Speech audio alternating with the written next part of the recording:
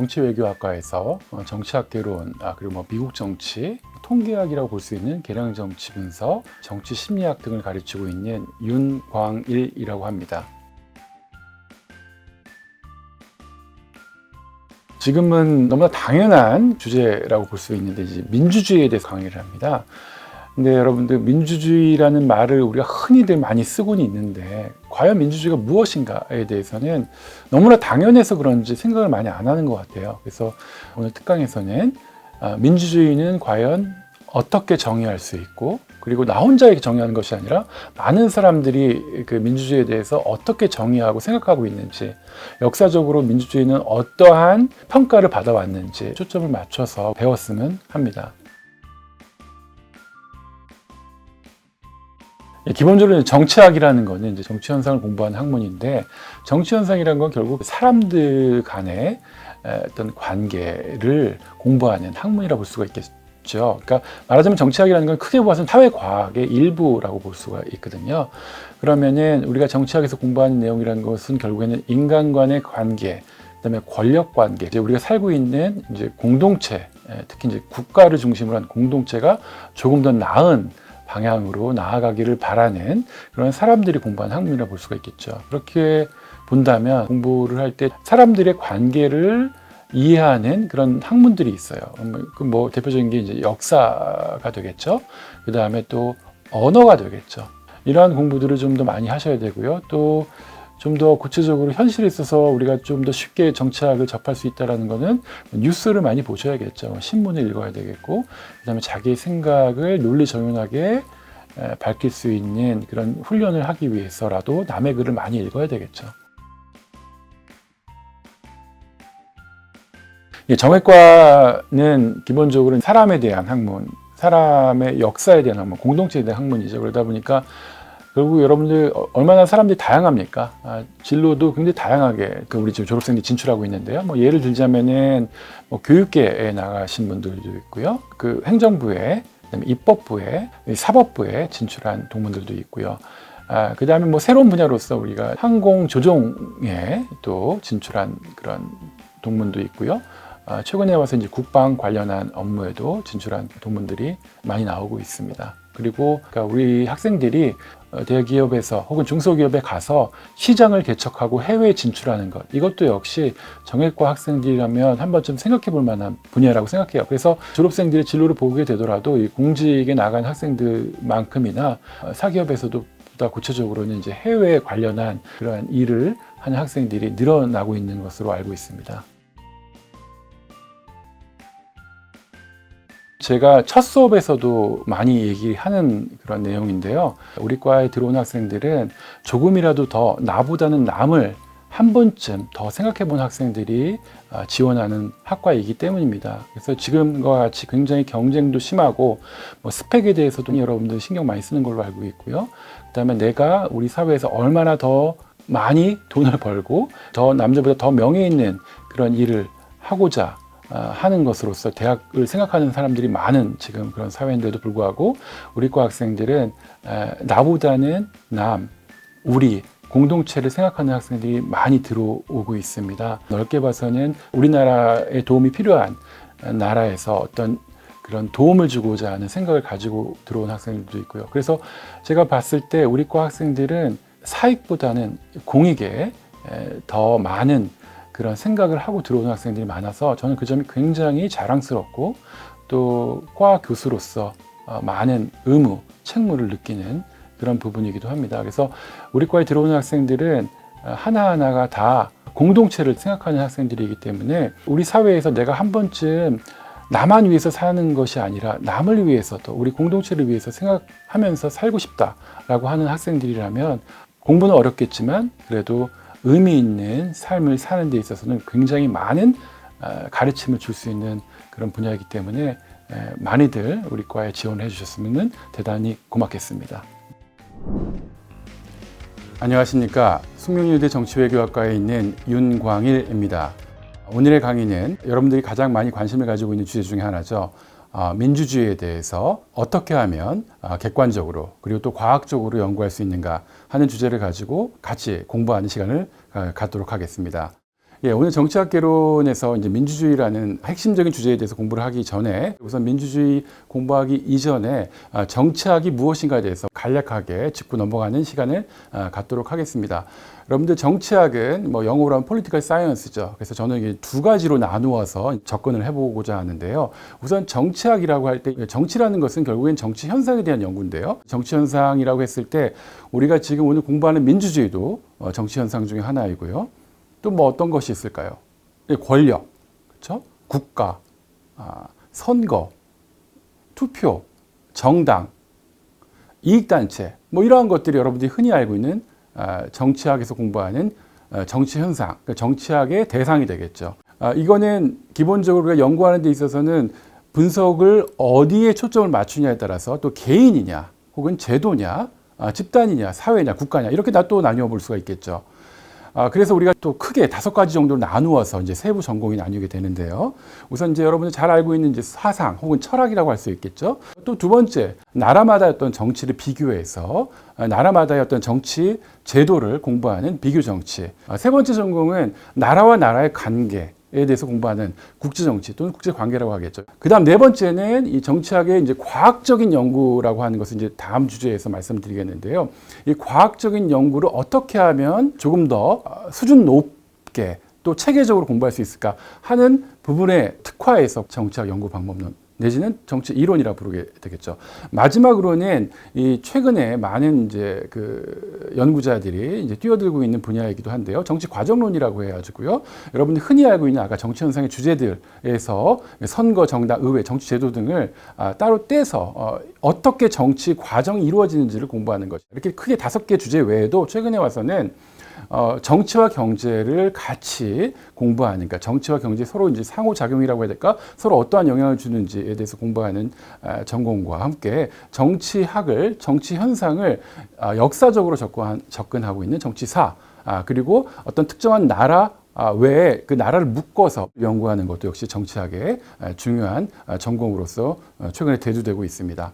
그러면 이제 두 번째로 우리가 정치학이라고 했을 때 이 political science, 이 과학은 무엇일까요? 이게 보통 공부라는 의미에서 학이라고 하기도 하지만 science는 기본적으로 과학적인 접근을 의미합니다. 그러면은 이 과학이라는 거는 우리가 일상에서 얘기하는 말로 바꿔 말하면 객관적인 연구, 경험적인 연구라고 볼 수가 있겠죠. 그러니까 나 혼자서 주관적으로 이렇다라고 하는 것이 아니라 이 과학이라는 거는 기본적으로 객관적으로 과학자들이 어떤 특정한 절차에 따라서 어떤 진리를 발견하고자 연구하고자 하는 접근 방법을 의미합니다. 말하자면은 정치학이라고 했을 때, 이 political science라고 했을 때 우리가 이거를 과학이라고 하는 이유는 정치 현상을 과학적으로 접근하기 때문에 우리가 정치학이라고 하는 것입니다. 그러니까 말하자면 정치학은 우리가 사회 현상을 과학적으로 공부하는 사회과학의 일부분으로 볼 수가 있거든요. 마찬가지로 자연과학이라고 하는 것은 자연 현상을 과학적으로 접근하는 것이에요. 그렇기 때문에 사회과학과 자연과학 그리고 정치학은 기본적으로 연구 방법에 있어서는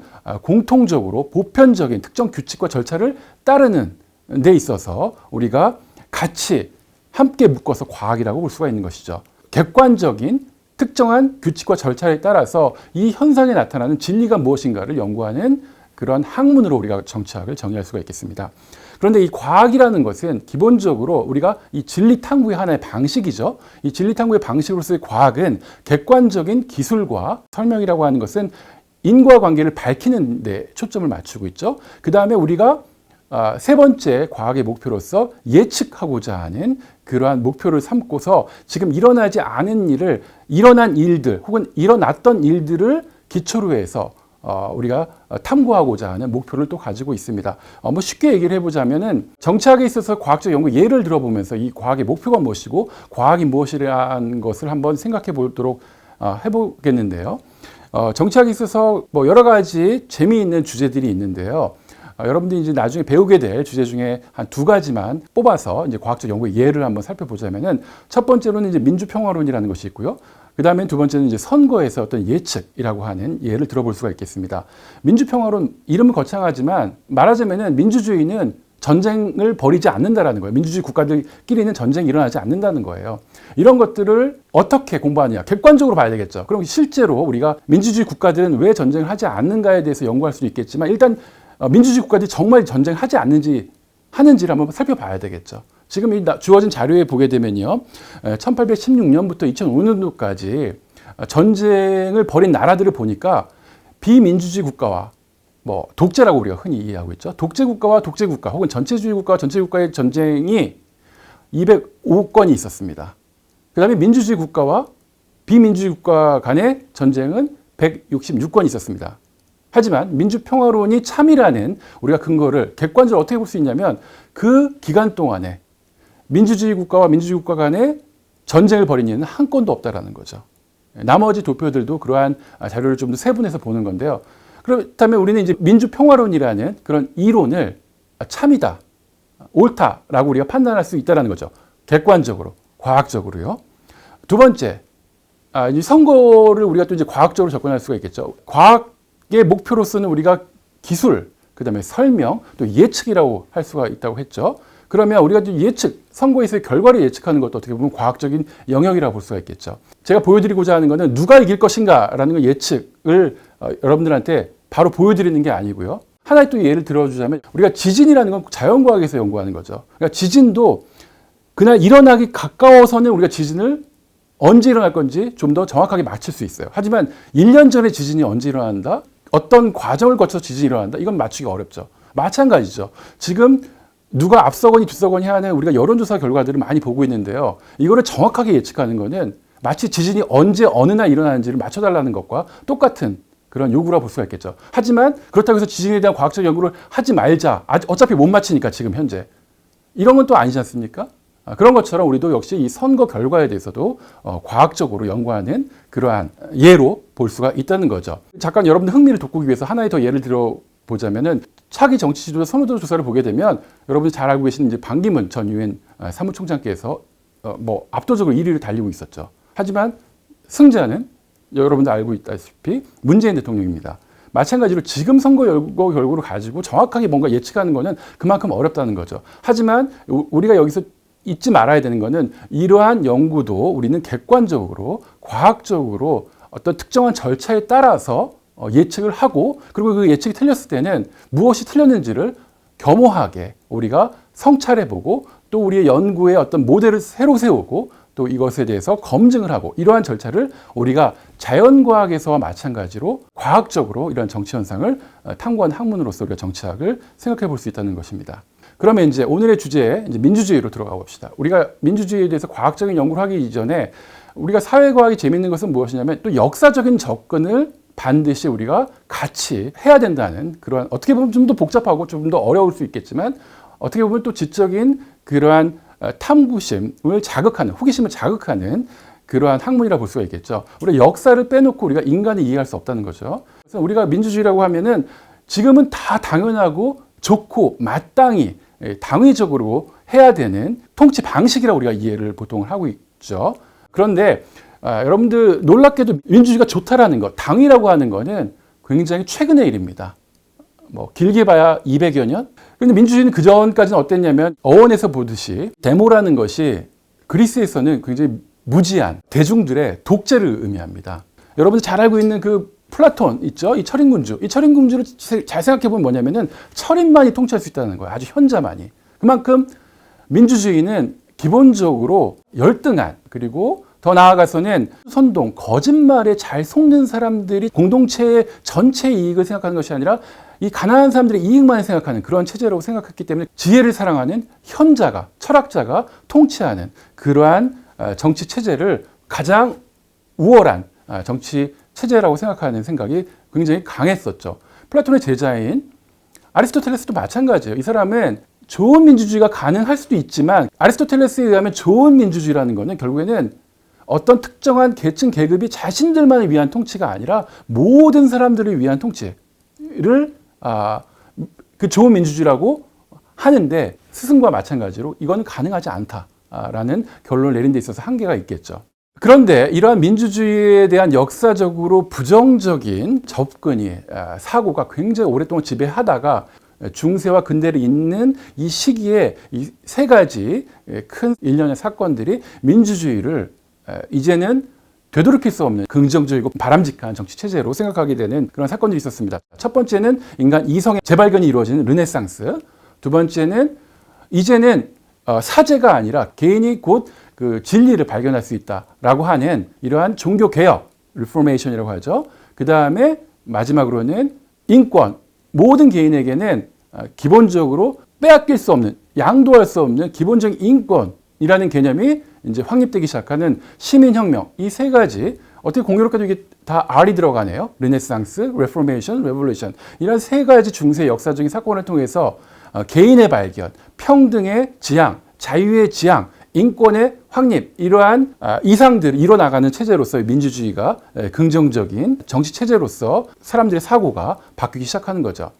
그래서 이제 19세기 말 이후에는 이제 민주주의는 암흑기를 거쳐서 이제는 긍정적이고 바람직한 정치 체제로서 간주되기 시작합니다. 굉장히 긍정적인 정치 체제라고 생각하다 보니까 초기에 민주주의 사상가들은 이거는 이제 신의 의지다. 민주주의의 진전이라는 거는 신의 의지다. 이렇게 신을 빌려서 그 민주주의의 역사적인 그런 사명을 정당화하기도 하죠. 재미있는 거는 여러분들이 지금 보고 계신 그런 슬라이드에서 중국, 여러분들 북한, 조선민주주의인민공화국이라고 하죠.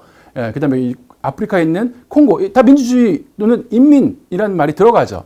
근데 이들 나라가 민주주의 국가인가요? 민주주의가 좋다는 건 알아요. 그래서 민주주의는 되돌이킬 수 없는 역사적인 정치 체제예요. 그렇죠? 그렇다고 해서 국호에, 나라 이름에 민주주의가 들어간다고 해서 이들이 민주주의냐 이거죠. 그렇기 때문에 우리는 민주주의를 객관적으로 연구해야 되는 그런 과제에 우리가 맞닥뜨리게 되는 그런 순간이 오게 되는 것입니다. 그러니까 이 나라들이 정말 민주주의인지 아닌지, 자기들의 나라가 민주주의라고 얘기를 할 때 과연 맞다, 아니다라고 판단할 수 있는 근거가 뭐냐? 이것이 바로 객관적으로 민주주의를 이해하고자 하는 지적인 과제의 출발점이라고 볼 수가 있겠습니다. 이제 민주주의라는 것을 우리가 어떻게 이해해야 되는지를 이제 크게 봐서 이제 세 가지로 나눠볼 수가 있거든요. 근데 민주주의라고 하면 우리가 자유, 평등, 정의, 현대에 있어서 이게 바람직한 어떤 가치 아닙니까? 그러니까 이거를 민주주의를 바람직한 가치라고 이해하는 첫 번째 접근이 있겠고요. 두 번째는 여러분들이 가장 많이 알고 있는, 우리 민주적으로 하자라고 할 때 그걸 뭘 의미하죠? 다수결로 하자는 의미 아닙니까? 이렇게 결정 방식으로서 민주주의를 생각하는 방식이 있고요. 세 번째로는 현실의 정치 체제를 분류하는 그러한 개념으로서 또 민주주의를 접근해 볼 수가 있겠죠. 우리가 흔히 이 나라는 민주주의다, 아니다, 이 나라는 권위주의, 내지는 권위주의라는 건 이제 독재라는 의미거든요. 독재다. 이런 구분을 하는 데 있어서 과연 객관적으로 기준이 무엇이냐, 이것이 이제 세 번째 접근이 되겠죠. 편의상 우리가 이제 세 가지를 나누어서 민주주의 접근하지만 이 세 가지가 기본적으로는 민주주의에 있어서 하나의 민주주의에 대한 과학적인 연구에서 하나의 과제라 볼 수가 있겠습니다. 아까 말씀드렸던 주제를 환기를 해보자면 이러한 민주주의를 왜 공부해야 되느냐, 그리고 이걸 과학적으로 어떻게 공부하느냐, 이거는 민주주의와 민주주의가 아닌 나라들을 구분하는 데 있어서 굉장히 중요한 질문이기 때문에 객관적인 연구에 있어서 출발점이기 때문에 우리가 이 민주주의에 대한 연구를 해야 되는 그런 이유를 찾아볼 수도 있겠습니다.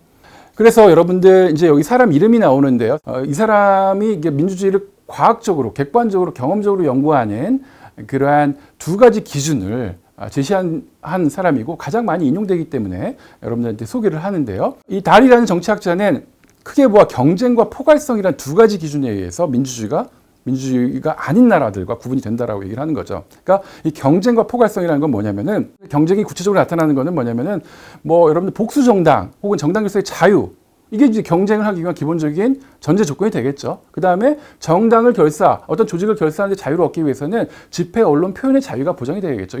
이러한 제도적인 장치들은 기본적으로 실질적인 경쟁으로 만드는 데 있어서 중요한 제도라는 거죠. 그러니까 이러한 제도적인 장치들이 헌법적으로 보장이 되어 있느냐 아니냐를 가지고 우리가 경쟁이 있느냐 없느냐. 그러니까 경쟁이 있다는 것은 민주주의의 하나의 기준에 충족한 것이죠. 두 번째 기준을 또 제시합니다. 과연 얼마나 많은 사람들이 이러한 경쟁에 참여할 수 있느냐. 이 포괄성이 민주주의를 우리가 구분하는 데 있어서 중요한 두 번째 기준이 되는 거죠. 고대 그리스가 또 민주주의 어떤 하나의 전형처럼 얘기하는데요.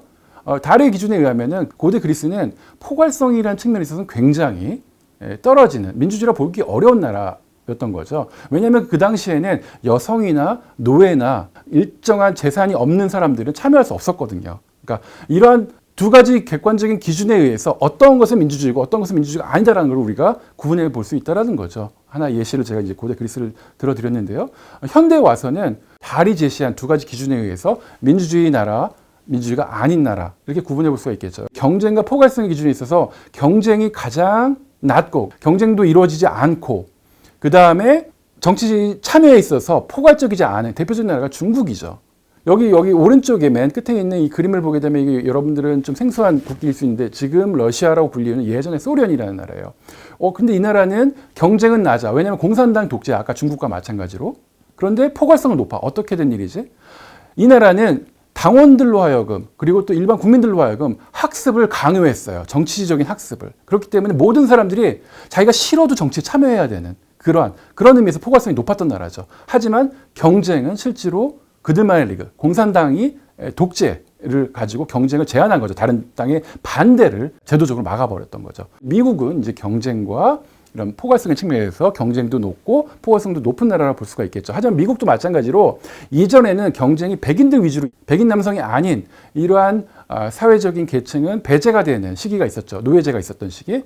그 이제 1830년대 이전에 노예제 해방 이전에는 이 달의 기준에 의하면은 경쟁은 있을 수 있겠지만 이 포괄성이 낮아. 그런 의미에서 그 왼쪽 위에 위치하게 되는 거겠죠. 여러분들 여기 리텐슈타인하고 스위스하고 프랑스가 비교적 최근이죠. 84년 이전, 71년 이전, 45년 이전. 경쟁이 높지만 포괄성이 중간밖에 안 되는 거. 이 시기가 왜냐? 궁금하지 않습니까? 여성 투표권이 이 연도에 허용이 된 거죠. 그러니까 여성 투표권이 허용되기 이전까지는 포괄성은 낮다라고 우리가 볼 수 있다는 게 달의 기준의 어떤 장점이 되겠죠. 그러니까 달은 객관적으로 내가 우리나라의 국호의 민주주의를 박았다고 해서 민주주의가 되는 게 아니라 이런 두 가지 기준을 실질적으로 충족하는 제도적인 장치가 존재해야지 우리는 이걸 객관적으로 이 나라를 봤을 때 민주주의라고 우리가 판단할 수 있는 근거가 있다라는 거죠. 예, 그럼 달의 그 객관적 기준에 대해서 우리가 공부를 했는데요. 그러면은 두 번째로 이런 객관적 기준에 대해서 제시한 쉐볼스키라는 정치학자에 대해서 한번 공부를 해보도록 해봅시다. 쉐볼스키는 민주주의를 판단하는 기준을 좀 더 구체화했다 볼 수가 있거든요. 네 가지 기준을 제시하고 있습니다. 이 쉐볼스키의 네 가지 기준에 의하면은 어떻게 보면 이제 달과 접점이라는 건 달의 어떤 경쟁을 포괄성보다 좀 더 강조한 접근이라고 볼 수가 있겠는데요. 쉐볼스키는 이 민주주의는 기본적으로 최고 통수권자, 그 다음에 국민의 대표인 의회, 그 다음에 국민의 대표들의 그런 조직체인 정당, 이 정당들에 의한 이 경쟁이 이 선거를 통해서 이루어져야 되고, 그 다음에 실질적으로 이 권력 교체가 있어야지 우리는 민주주의라 볼 수가 있다는 거죠. 그러니까 말하자면은 쉐볼스키에 의한 민주주의에 대한 기준은 기본적으로 행정부도 선거에 의해서 구성되어야 되고, 입법부도 선거에 의해서 구성되어야 되고, 그 다음 실질적으로 경쟁하는 정당이 있어야 되고요. 여기서 끝나는 것이 아니라 정권 교체가 일어나야지 우리는 이걸 실질적으로 민주주의 국가라 볼 수 있다라는 그런 정의를 제시하는 거죠. 말씀드린 대로 달이 이야기하는 이제 포괄성은 조금 약화되죠. 하지만 이 경쟁에 대해서는 좀 더 구체적으로 제시했다 볼 수가 있겠습니다. 우리가 이제 여기서는 보다 더 적절한 질문은 뭐냐면은 쉐볼스키가 이런 말을 했다라기보다는 이 기준에 의하면 과연 한국은 언제부터 민주주의라고 볼 수 있는지 이런 것이 좀 더 흥미로운 주제가 되겠죠. 언제부터일까요? 이거는 맨 나중에 제가 답하는 걸로 같이 한번 생각할 기회를 한번 드리겠습니다. 그 다음에 이후에 그 민주주의라는 것이 이제 그 동일한 법 체제하에서 권력 교체가 일어나는 것을 좀 더 구체적으로 봤을 때 이것이 한 번이 아니라 두 번 정도 일어나야지 이건 민주주의 국가라고 명실상부한 민주주의 국가라고 혹은 민주주의 공고화라는 개념을 가지고 설명한 학자가 또 있었죠. 헌팅턴이라고 하는. 그만큼 이 동일한 법 체제 하에서 권력 교체하는 것이 사실 또 중요한 기준이라 볼 수 있겠습니다. 왜냐하면 이 동일한 법 체제라는 것은 내가 권력자가 독재자가 마음에 안 들어 선거 결과가 그럼 법을 바꿔서 자기가 다시 할 수도 있거든요. 그러면 안 된다는 거죠. 그러니까 같은 법에서 자기가 계속 선거를 요식적으로 하지 않고 실질적으로 권력이 교체될 수 있는 그런 체제에 의해야만 민주주의라 볼 수 있다는 거죠. 그래서 이제 헌팅턴은 이런 권력 교체가 두 번 정도는 일어나야지 사람들이 생각하기에는 이제 민주주의가 더 이상 바꿀 수 없는 이 규칙으로서 자리를 확고하게 잡은 그런 민주주의 공고화된 그런 현상이라고 우리가 이해해야 한다라는 그런 주장을 내세웠었죠. 민주주의와 관련해서 여러분들 또 관계된 개념들이 몇 가지가 있는데요. 여기 크게는 이제 대의민주주의하고요. 그 자유민주주의 많이 들어보셨죠? 이 대의민주주의와 그 자유민주주의를 민주주의의 관련 개념으로서 우리가 공부해 볼 수가 있는데요. 대의민주주의는 기본적으로 이 직접민주주의와 대비되는 개념이라 볼 수가 있겠죠. 대의민주주의는 쉽게 말해서 대표가 우리의 의사를 반영해서 통치하는 체제가 되겠죠. 그러니까 그런 의미에서는 직접민주주의와 구분이 되겠죠. 이 대의제는 기본적으로 다수결에 의해서 민주주의가 작동하는 다수제와 그 다음에 소수자일지라도 일정 정도는 권력에 참여할 수 있는 제도적인 장치가 되어 있는 합의제로 나눠 볼 수가 있는데요. 기본적으로 대의민주주의 이상은 국민 혹은 인민의 직접적인 통치가 아니라 이 동의의 바탕을 둔 통치체제라고 우리가 이해해 볼 수가 있겠습니다. 그러니까 인민의 의사가 직접적으로 반영되는 체제가 아니라 여과장치가 있다는 거죠. 우리의 대표에 의한. 그것이 우리의 의사가 반영이 된다는 거죠. 그래서 이 대의민주주의는 미국에서는 이걸 공화주의라고 접근을 하기도 하거든요. 그러니까 왕정과 대비되는 의미에서의 공화주의 혹은 대표민주주의, 간접민주주의 그런 의미에서 이 공화주의를 대의민주주의로 이해하는 그런 접근도 있습니다. 그래서 이 대의민주주의에서는 중요한 게 이제 견제와 균형이에요. 수평적 문칙성이라는 거는 여러분들 흔히 알고 있는 이제 삼권 분립, 권력 분립의 의미고요. 근데 이 대의민주주의는 이 삼권 분립이라는 좁은 의미의 견제와 균형 말고도 이익단체 간의 견제와 균형, 중앙과 지방의 견제와 균형, 이렇게 사회 세력 간의 견제와 균형을 대표자를 통해서 이뤄내고자 하는 이러한 넓은 의미에서의 그 견제와 균형도 포괄하는 개념입니다. 그러니까 대의민주주의는 간접민주주의, 그리고 구체적으로는 이제 견제와 균형을 국민의 의사가 반영되는 하나의 시스템으로서 우리가 이해해 볼 수 있다는 거죠. 우리나라는 이제 자유민주주의 국가라고 얘기하는데요. 여기서 제가 여러분들에게 강조하고 싶은 거는 무엇이 수단이고 무엇이 목적이냐 이거죠. 자유민주주의는 목적이 민주주의가 아닙니다. 목적은 개인의 자유를 지키는 거예요. 그러니까 민주주의라는 그러한 절차, 제도를 통해서 자유라는 국민의 어떤 기본적인 권리, 인권을 지키고자 하는 제도라는 거죠. 이 자유민주주의라는 건 기본적으로 여러분들 역사적인 사례를 하나 드리면 좀 더 이해가 쉬울 거라 생각하는데요. 민주주의를 파괴했던 제도가 뭐냐면 그 나치예요, 나치. 독일의 그 나치 제도는 무력을 통해서 집권한 사람들이 아니에요. 선거를 통해서 집권한 사람들이거든요. 그러다 보니까 이 민주주의가 악용돼서 민주주의가 파괴될 수도 있겠다. 무엇을 파괴한다? 개인의 인권을. 개인의 인권의 핵심은 뭐냐? 개인의 자유라는 거죠. 그래서 이 개인의 자유를 지키기 위해서 민주주의가 존재한다는 거예요. 그래서 이거를 다르게 얘기하면 이제 방어적 민주주의, 그러니까 민주주의를 지켜나가기 위해서 민주주의를 만들어 나가야 된다라는 것이 이제 자유민주주의 이상이죠. 그러니까 기본적으로 자유민주주의라는 것은 다시 한번 강조하지만 개인의 인권의 핵심인 자유를 지키기 위한 수단으로서 민주주의가 존재하는 거지, 민주주의가 민주주의를 파괴하는 것은 바람직하지 않다, 나아가서 옳지 않다, 그러한 이상을 어떻게 구현할 것인가, 결국에는 자유가 핵심이라는 것을 강조하는 그런 정치체제로서 우리가 자유민주주의를 이해해 볼 수 있다는 거죠. 우리나라 헌법은 그런 의미에서 아쉬운 점이 있어요. 우리나라 헌법에는 자유민주주의, 민주 이런 말들이, 경제 민주화 이런 개념들이 많이 들어가 있거든요. 오늘 배웠던 민주주의, 그다음에 그 대의민주주의 이런 개념들에 대한 정리가 있어야지 기본적으로 이 헌법에 들어가 있는 개념들에 대해서 왜 이런 개념이 들어갔고 들어가지 말아야 되는데 들어갔는지 이런 것들에 대한 판단할 수 있는 그러한 지식도 우리가 갖출 수 있게 되는 거죠. 그러니까 민주주의는 여러분들이 생각하는 것처럼 간단하지 않다라는 거예요.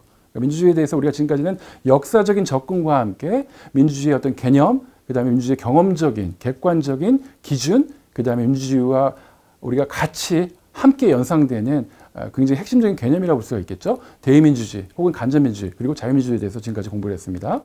민주주의를 객관적으로 공부하는 사람들이 만들어낸 지표가 있어요. 달과 쉐버스키의 어떤 객관적인 정의에 기초해서 세계의 민주주의가 얼마나 많이 퍼져 있는지, 그 다음에 얼마나 많이 독재가 퍼져 있는지, 그리고 역사적으로 현대에 와서 민주화라고 얘기했을 때 민주주의 국가가 아닌 나라들이 이제 민주주의 국가로 바뀐다는 거잖아요. 민주화라는 것이. 그러면 이 민주화가 얼마나 많이 일어났는지 뭐 이런 것들을 객관적으로 연구하는 몇 가지 지표가 있습니다.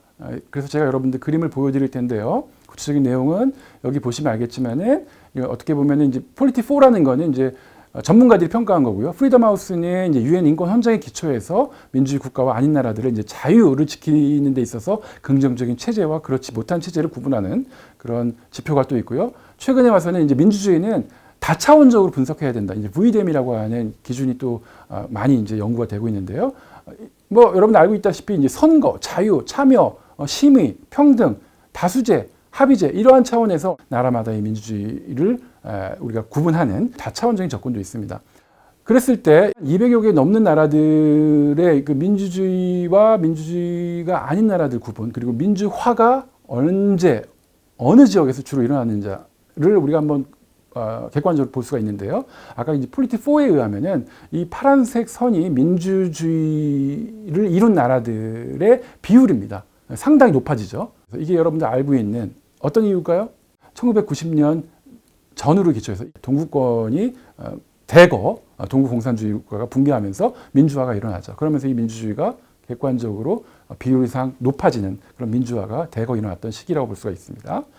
그 다음에 프리덤 하우스, 자유라는 가치에 초점을 맞춰서 민주주의를 봤을 때 전 세계적으로 봤을 때는 아까 이 민주주의 국가의 비율은 높아질 수 있겠지만 영토로 봤을 때는 그렇게 민주주의가 많이 확산되어 있다 보기 어려운 이유가 뭐냐면 이게 덩치가 큰 나라들이 아직 민주주의 국가가 아니기 때문에 그래요. 대표적 나라가 어떤 나라죠? 러시아나 중국, 이 나라들을 보게 되면 지금 보라색으로 not free, 자유롭지 않은 그런 나라들로 되어 있죠. 그러니까 비율적으로 숫자를 봤을 때는 민주주의를 이룬 나라들의 수는 늘어나고 있지만 그 면적, 그러면 이 면적으로 봤을 때 민주주의 국가에서 살고 있는 사람 수로 우리가 대체해서 생각할 수 있는데요.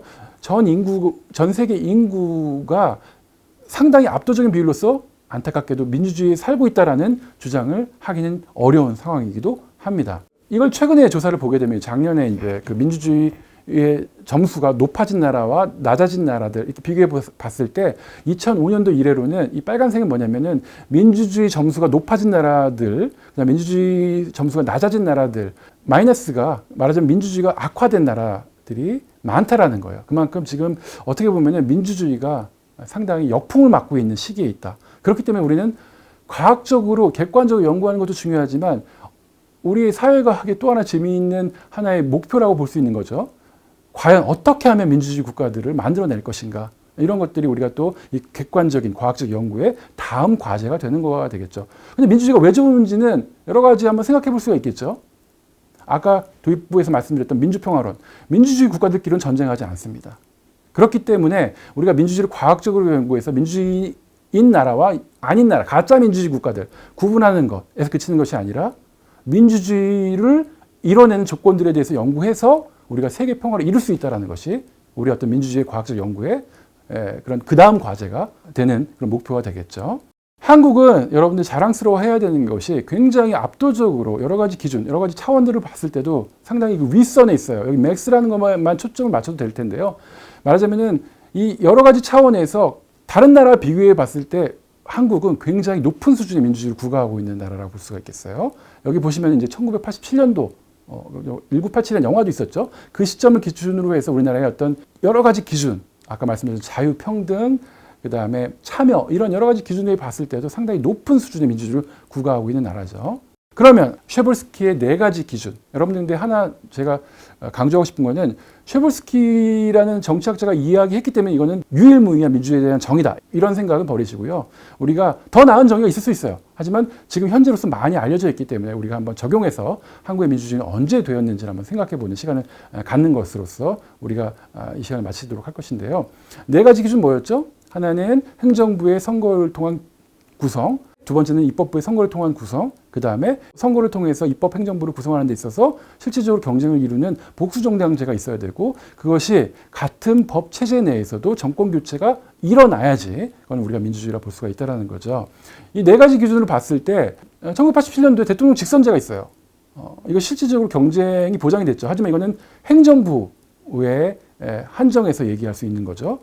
그 다음에 1988년도에도 이제 선거를 통해서 입법부가 구성이 되는데요. 87년도, 88년도 이 두 시기를 거쳐서 행정부와 입법부, 복수정당제까지 하면 3가지 기준이 되겠네요. 그 3가지 기준을 충족시키는 데 있어서는 87년을 한국 민주화의 기점으로 볼 수도 있고요. 그리고 이것이 참고로 말씀드리자면은 많은 서구의 학자들이 이 87년도, 88년도 이 대통령 선거와 입법부 구성의 국회의원 선거를 기준으로 해서 정당제를 보고 한국을 민주주의 기점으로 민주화가 될 시기로 보는 그런 연도이기도 합니다.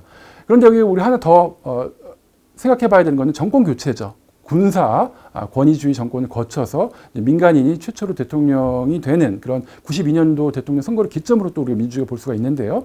아쉬운 건 군사 권위주의 정권의 그런 정당과 합당을 통해서 됐기 때문에 이거를 또 민주주의라고 볼 수 있느냐라는 의문이 제기가 될 수가 있겠죠. 야당으로서 정권 교체가 일어났던 이제 97년도가 대통령 선거의 기점을 가지고 이제 쉐볼스키의 기준을 적용해서 민주주의의 기점으로 또 볼 수 있는 그런 견해도 가능합니다. 서구의 많은 학자들은 1987년도, 88년도를 우리나라의 민주주의 기점으로 보고 있습니다만은 우리가 이 네 가지 기준을 한번 이렇게도 한번 적용해 보자라는 우리가 한번 사고 실험을 한번 해보는 거예요. 그 다음에 아까 말씀드렸듯이 그 헌팅턴이라는 학자는 정권 교체가 한 번이 아니라 두 번 정도 일어나야 되는 거 아니냐라고 했을 때 2007년도의 선거가 두 번째 정권 교체가 일어났기 때문에 이때는 민주주의의 확립 또는 공고화의 기점으로 우리가 이해해 볼 수 있다는 거죠. 이 시점들은 쉐볼스키의 다시 말씀드렸지만 과학적인, 조작적인, 경험적인 민주주의에 대한 정의로서 우리가 한국의 민주주의 기점을 이해해 보는 시도라고 볼 수가 있습니다. 예, 지금까지 그 정치학개론에서 여러분들 정치학에 대한 과학적인 접근과 그 예로서 민주주의에 대한 과학적인 이해를 같이 공부했습니다. 오늘 특강을 계기로 해서 많은 학생들이 정치학에 대한 과학적인 접근에 대해서 이해가 높아지길 바라고요. 정치학에 대해서 많은 관심을 갖게 되는 계기가 되었으면 좋겠습니다. 이상으로 오늘 특강 마치겠습니다. 고맙습니다.